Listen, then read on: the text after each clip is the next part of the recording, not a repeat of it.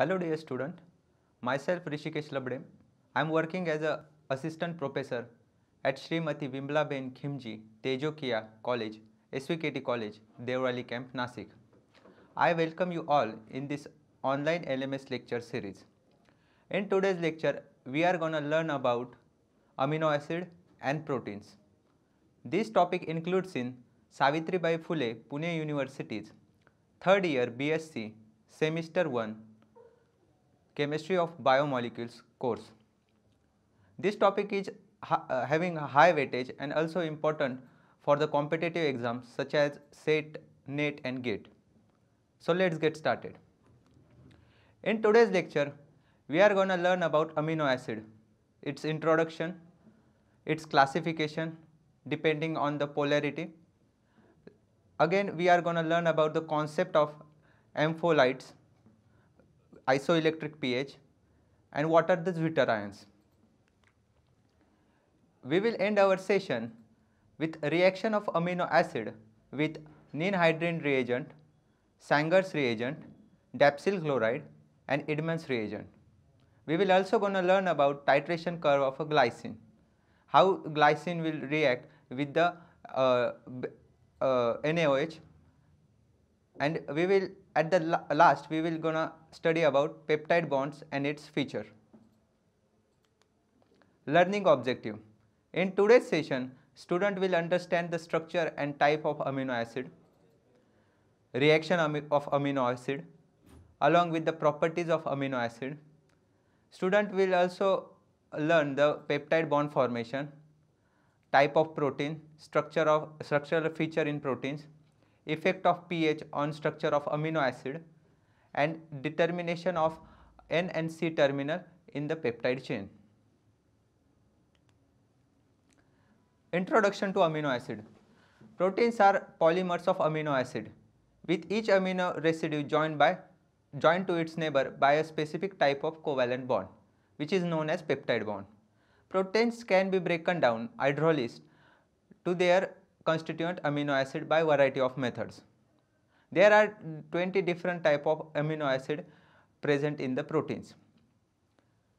At the first experiment on the nature of protein, to determine the nature of protein by a German chemist Emil Fischer, he hydrolyzed proteins in a 6 normal HCl acid at 100 degrees Celsius, and he isolate mixture of amino acid.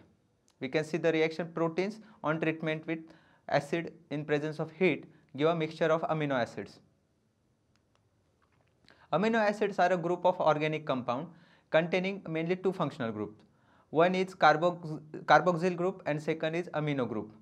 The amino group is basic in nature while the carboxyl group is acidic in nature.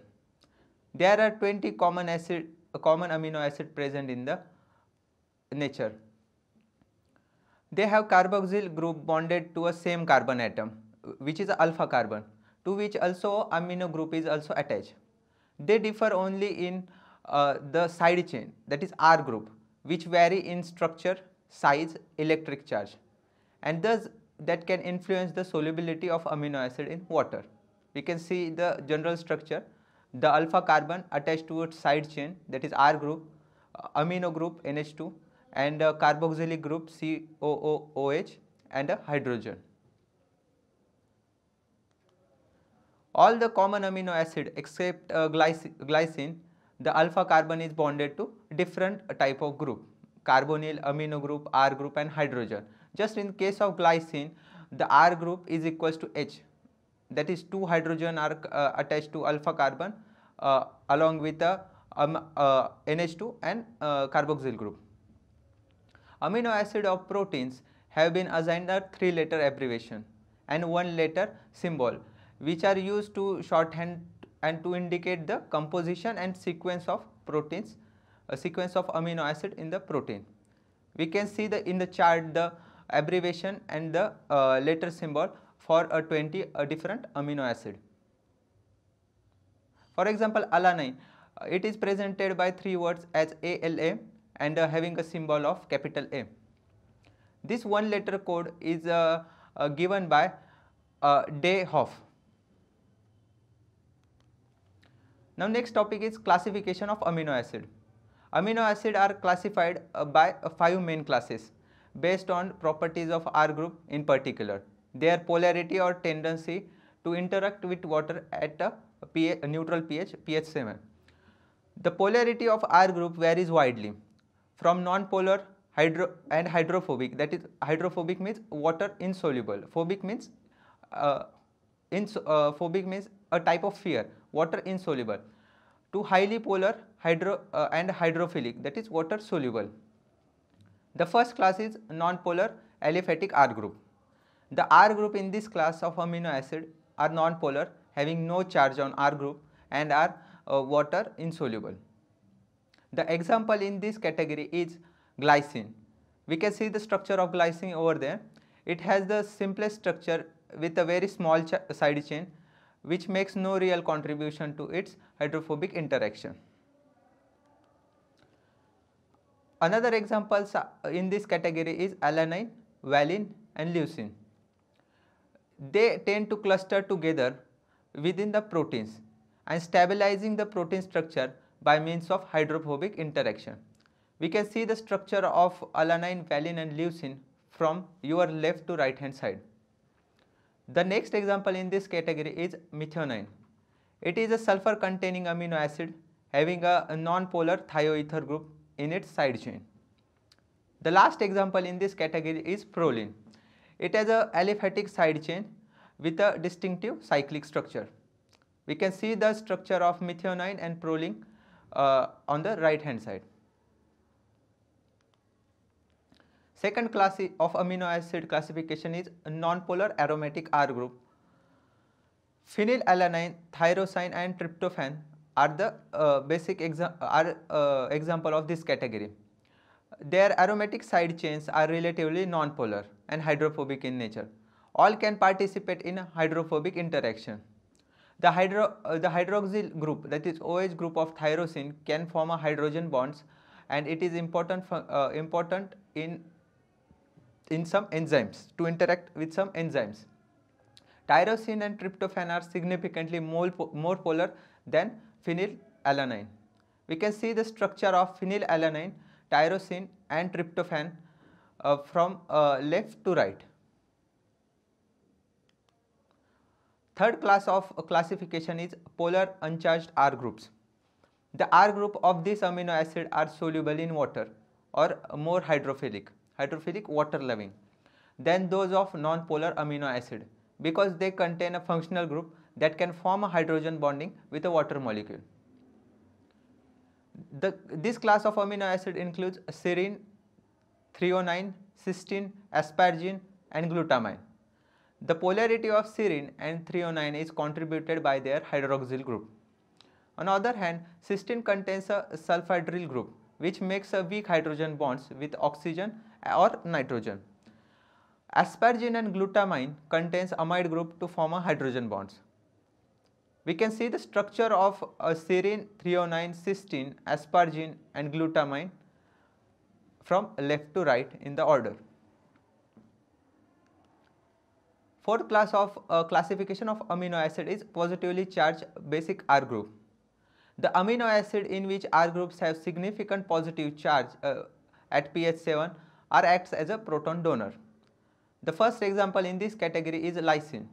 Lysine has a second primary amine group at a position on its aliphatic chain. We can see the structure of lysine over to the right hand side. The next example in this category is arginine, which has a positive charge guanidinium group. We can see the structure to the right hand side. The third example in this category is histidine. In case of histidine has a aromatic imidazole group. It is only a common acid having an ionizable side chain with its pKa near neutrality. It may be positively charged or uncharged. We can see the structure of histidine to the right hand side. The fifth class of classification of amino acid is a negatively charged acidic R group.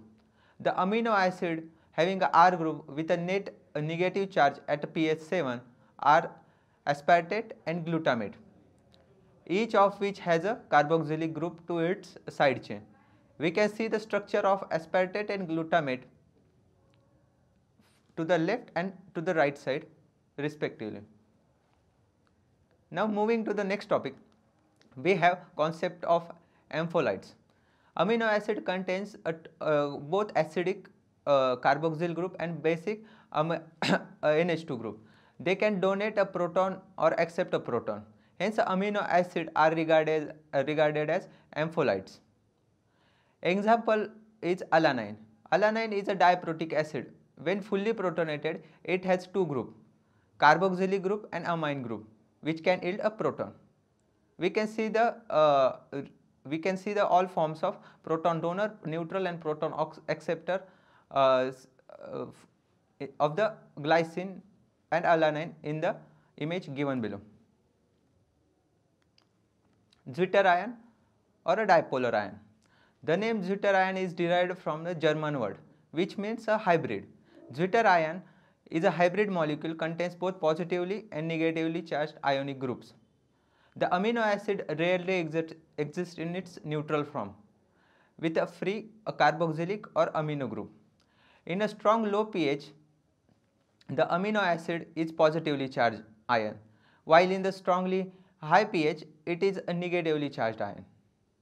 We can see the image given below, the formation of zwitterion and how at a low pH amino acid is exist as a cation, and at high pH amino acid is exist as a anion. Anion means negatively charged and cation means positively charged species. Each of the amino acid has a characteristic pH at which it carries both positive and negatively charged and can exist as a zwitterion. In case of glycine, it is a pH at a 5.97, and for the leucine it is a pH equals to 6. Isoelectric pH. Isoelectric pH is denoted by Pi. It is defined as the pH at which a molecule exists as a zwitterion or a polar ion, and it carries no net charge. Thus, the molecule is electrically neutral. The Pi value can be calculated by taking an average of pKa values corresponding to the ionizable group. For instance, we will see the example of glycine. Glycine has a two ionizable group, and thus its Pi can be calculated as follows. pH equals to pK1 that is pK of carboxylic group plus pK2 that is a pKa of NH3 group divided by 2. So we will get the final answer as 2.34 plus 9.60 divided by 2, and the final answer as 5.97. Titration curve of glycine. The existence of a different ionic form of amino acid can be easily understood by the titration curve. Following is the titration curve of the glycine. You can see the titration curve of glycine to your right hand side of PPT. Acid bed titration involves the gradual addition or removal of a proton. The two ionizable group of glycine, the carboxylic group and the amino group, titrated with a strong base such as NaOH. There are two distinct stages corresponding to the deprotonation of two different groups of glycine. At very low pH, the predominant ionic species of glycine is fully protonated NH3, a positive CH2COOH species. At the midpoint, at the first stage of titration, the carboxylic group of glycine loses its proton, and at the same equimolar concentration of proton donor species, that is positively charged NH3CH2COOH species, and the proton acceptor species of NH3 positively charged CH2COO and negative COO minus species are present. At the point of inflation, it is reached where pH equals to pK. For glycine, the pH at the midpoint is 2.34, and its COH group has thus pK as 2.34. The second stage of titration corresponds to removal of proton from NH3 group of glycine. The pH at the midpoint of this stage is 9.60, equals to the pKa of NH3 group. The titration is completed at the point where predominant form of glycine is present, which is NH2CH-COO negatively charged. So what information we will gather from the this curve? First, in a given quantitative analysis of the pK of each of the two ionizable group can be founded. It is 2.34 for the carboxylic group and 9.60 for the NH3 group. Glycine has a two region of buffering power. One of these is a relatively flat portion of the curve extending for approximately 1 pH unit on either side of a first pKa of 2.34, indicating that glycine is a good buffer near this pH. The other buffering solution is centered around pH equals to 9.60, indicated that glycine is not good buffer at near this pH. At the pH of 5.97, glycine is present in the dipolar form, fully ionized but with no net electric charge. For a glycine which has a no ionizable group attached to its side chain, we can find the isoelectric point by the calculation of mean of 2 pKa value. So we will get the calculation as pKa1 plus pKa2 divided by 2. We substitute our value 2.34 plus 9.60 divided by 2. So we will get a final isoelectric point as a 5.97 pH. Reaction of amino acid. We will see the reaction of amino acid with some reagent. First is reaction with ninhydrin. Ninhydrin oxidizes amino acid to aldehyde. This involves the deamination as well as carboxylation. In this process, ninhydrin itself gets reduced. We can see the reaction of amino acid with the ninhydrin. In the first step, on the reaction, it will form an intermediate with a loss of 2 water molecule, followed by the decarboxylation, and these intermediate species again react with the second mole of ninhydrin to give us a purple color compound. In general, all alpha amino acid give a violet product, but in case of proline and hydroxylproline, it gives a yellow product, while in case of asparagine, it gives a brown product.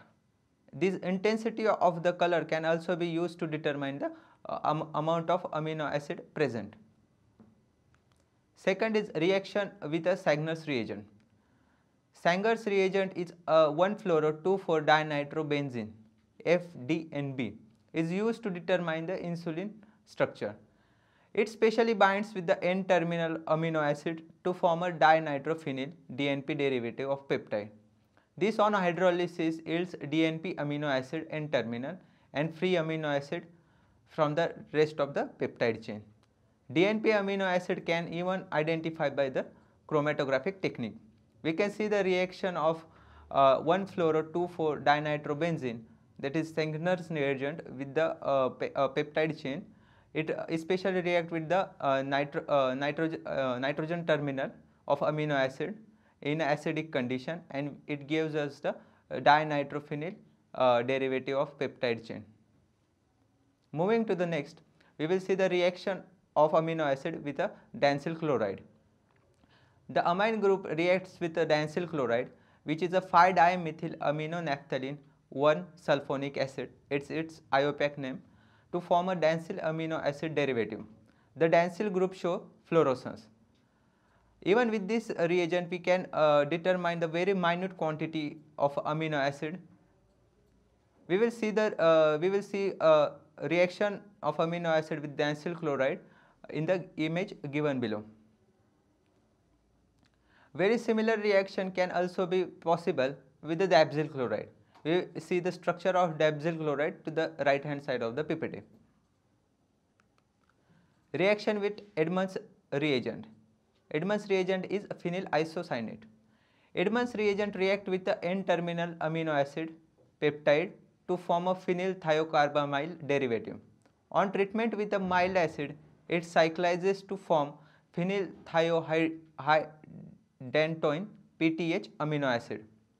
We see the reaction over image given below.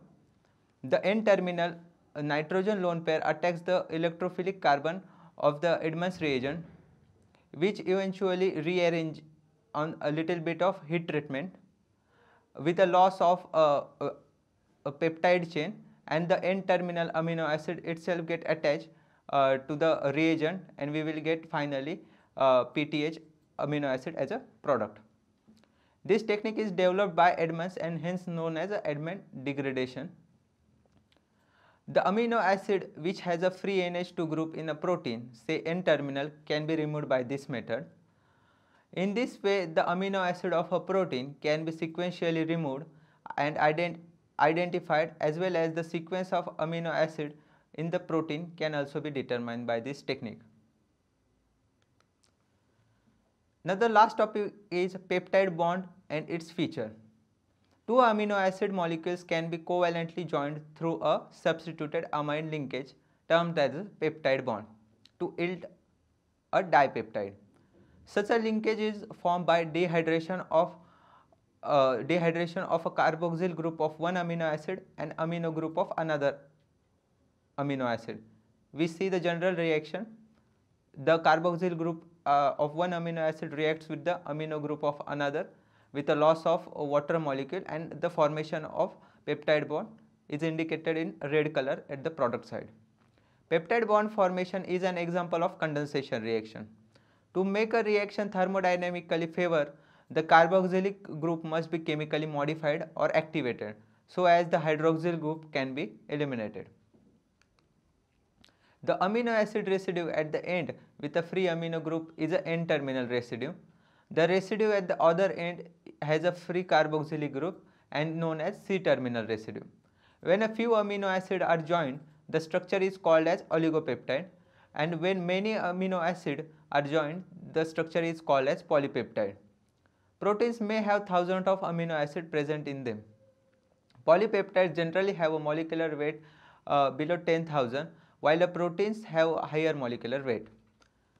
The hydrolysis of a peptide bonds occurs very slowly and required high energy, as it is a quite stable bond. The proteins in proteins, the peptide bonds have an average half-life of about 7 years under the most intracellular condition. The acid base of a peptide can be predicted from its free alpha amino and carboxylic, as well as the nature and number of ionizable R group present in them. Like free amino acid, peptides have a characteristic titration curves and characteristics isoelectric point at which they do not move in an electric field. The peptide bond is rigid, planar with a partial double bond character. It generally exists in a trans configuration.